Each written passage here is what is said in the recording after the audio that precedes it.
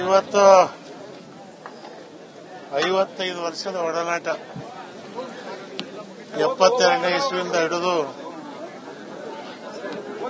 ಜನತಾ ಪರಿವಾರ ಅಲ್ಲ, ಬಟ್ ದೇವೇಗೌಡರ ಕುಟುಂಬದ ಪರಿವಾರದ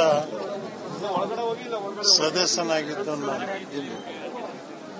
ಆ ತಾಯಿ ಅನ್ನಪೂರ್ಣೇಶ್ವರಿ ಅವ್ರ MLA ಇರಲಿಲ್ಲ, MP ಇರಲಿಲ್ಲ, ಮುಖ್ಯಮಂತ್ರಿ ಇರಲಿಲ್ಲ.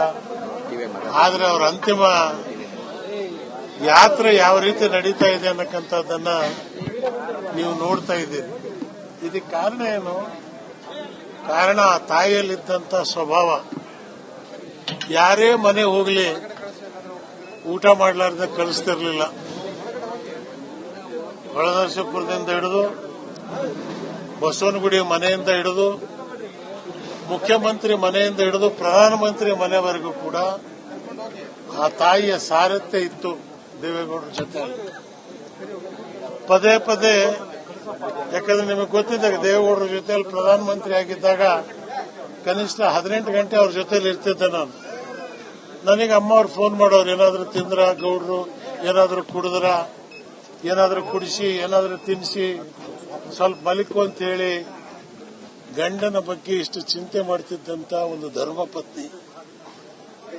ಪದೇ ಪದೇ ಹೇಳೋರು ಅವ್ರು, ನಾನು ಯಾವತ್ತು ಹೋದ್ರೂ ಮುತ್ತೈದೆಯಾಗಿ ಹೋಗ್ಬೇಕು ಅಂತ. ದೇವರು ಅವರ ಆಸೆ ಇವತ್ತು ಅದನ್ನೇ ಆಯಿತು. ನನಗಿರ್ತಕ್ಕಂಥ ಚಿಂತೆ ದೇವೇಗೌಡರ ಆರೋಗ್ಯ. ಯಾಕಂದ್ರೆ ಚೆನ್ನಮ್ಮನವ್ರಿಲ್ಲದೆ ದೇವೇಗೌಡರು ಒಂದು ದಿವಸ ಕಳೆಯೋದು ಭಾರಿ ಕಷ್ಟ. ಅಂಥದ್ರಲ್ಲಿ ದೇವರು ದೇವೇಗೌಡರಿಗೆ ಆರೋಗ್ಯ ನೀಡಲಿ. ಮತ್ತು ಏನ್ ಕುಮಾರಸ್ವಾಮಿ ಅವರು, ರೇವಣ್ಣ ಅವರು, ಅವರೆಲ್ಲ ಬೆಳವಣಿಗೆಗೆ ಚೆನ್ನಮ್ಮನವರ ಮಾರ್ಗದರ್ಶನ, ಚೆನ್ನಮ್ಮನವರ ಪ್ರೀತಿ, ಅವ್ರ ದೇವರು ಪೂಜೆ. 18 ಗಂಟೆ ಪೂಜೆ ಮಾಡೋ ಅಮ್ಮ, ಉಪವಾಸ. ಯಾವ ಊರಿಗೆ ಹೋದ್ರೂ ದೇವಸ್ಥಾನ, ಡೆಲ್ಲಿ ಹೋದ್ರೆ ಅಲ್ಲಿ ದೇವಸ್ಥಾನ, ಬೆಂಗಳೂರಿನಾಗಿದ್ದಾಗ ದೇವಸ್ಥಾನ. ಇವತ್ತು ಆ ಮಾತಾಯಿನ ನಾವು ಕಳ್ಕೊಂಡಿದ್ದೇವೆ. ನಮಗೆ ಯಾವತ್ತು ನಾನು ತಮಾಷೆಗೆ ಹೇಳ್ತಿದ್ದೆ, ಅಮ್ಮ ನಿಮಗೂ ಒಂದ್ಸಲ ಯಾವ್ದಾದ್ರು ಎಲೆಕ್ಷನ್ ನಿಲ್ಲಿಸ್ಬೇಕು ನಾನು. ಬಿಡ್ತೇನೆ, ಏನ್ ನೀವು ತಮಾಷೆ ಮಾಡ್ತಾ ಇದ್ದೀರಿ ಅಂತ.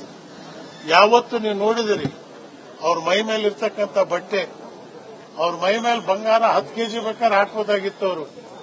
ಅಂತ ಪವರ್ಫುಲ್ ಮಗ, ಗಂಡಿದ್ರು ಕೂಡ ಸ್ವಾಸ್ಥಿಕವಾದಂಥ ಆಹಾರ, ಸರಳವಾದಂಥ ಜೀವನ. ಅದರಲ್ಲೇ ಆ ಅಮ್ಮ 85 ವಯಸ್ಸು ಇವತ್ತು ಸಾಯಿಸ್ಕೊಂಡು ಬಂದಿದೆ. ಅವರ ಅಂತಿಮ ಯಾತ್ರೆ ಇವತ್ತು ಬೆಂಗಳೂರಿನಿಂದ ನಾಳೆ ಹೊಳೆನರಸೀಪುರಕ್ಕೆ ಹೋಗ್ತಾ ಇದ್ದಾರೆ. ದೇವೇಗೌಡರಿಗೆ, ಕುಮಾರಸ್ವಾಮಿಗೆ, ರೇವಣ್ಣನಿಗೆ, ಬಾಲಕೃಷ್ಣ, ರಮೇಶ, ನಮ್ಮ ಅನಸೂಯ, ಜಯಲಕ್ಷ್ಮಿ, ಶೈಲಜಾ, ಇವರೆಲ್ಲರಿಗೂ ದೇವರು ದುಃಖ ತಡ್ಕೊಳ್ತಕ್ಕಂಥ ಶಕ್ತಿ ಕೊಡ್ಲಿ. ಡಾಕ್ಟರ್ ಮಂಜುನಾಥ್ರವರು ಕೂಡ ಭಾರಿ ಸೇವೆ ಮಾಡಿದ್ರು ಅವ್ರ ಕಾಯಿಲೆಯಲ್ಲಿದ್ದಾಗ. ದೇವೇಗೌಡರ ಬಗ್ಗೆ, ಆರೋಗ್ಯದ ಬಗ್ಗೆನೂ ಕೂಡ ಡಾಕ್ಟರ್ ಮಂಜುನಾಥ್ ಅವರು 24 hours ಅವರನ್ನು ಮನೆಯಲ್ಲೇ ಇಟ್ಕೊಂಡು ಅವರು ಸೇವೆ ಮಾಡ್ಕೊಂಡು ಬಂದರು. ಇವತ್ತದ್ದೆಲ್ಲ ನಾನು ಕಣ್ಣಾರೆ ಕಂಡಿದ್ದೇನೆ. ವಿವರಿಸೋದಕ್ಕೆ ಶಬ್ದವಿಲ್ಲ. ಭಗವಂತ ಅವರ ಆತ್ಮಕ್ಕೆ ಶಾಂತಿ ಕೊಡ್ಲಿ.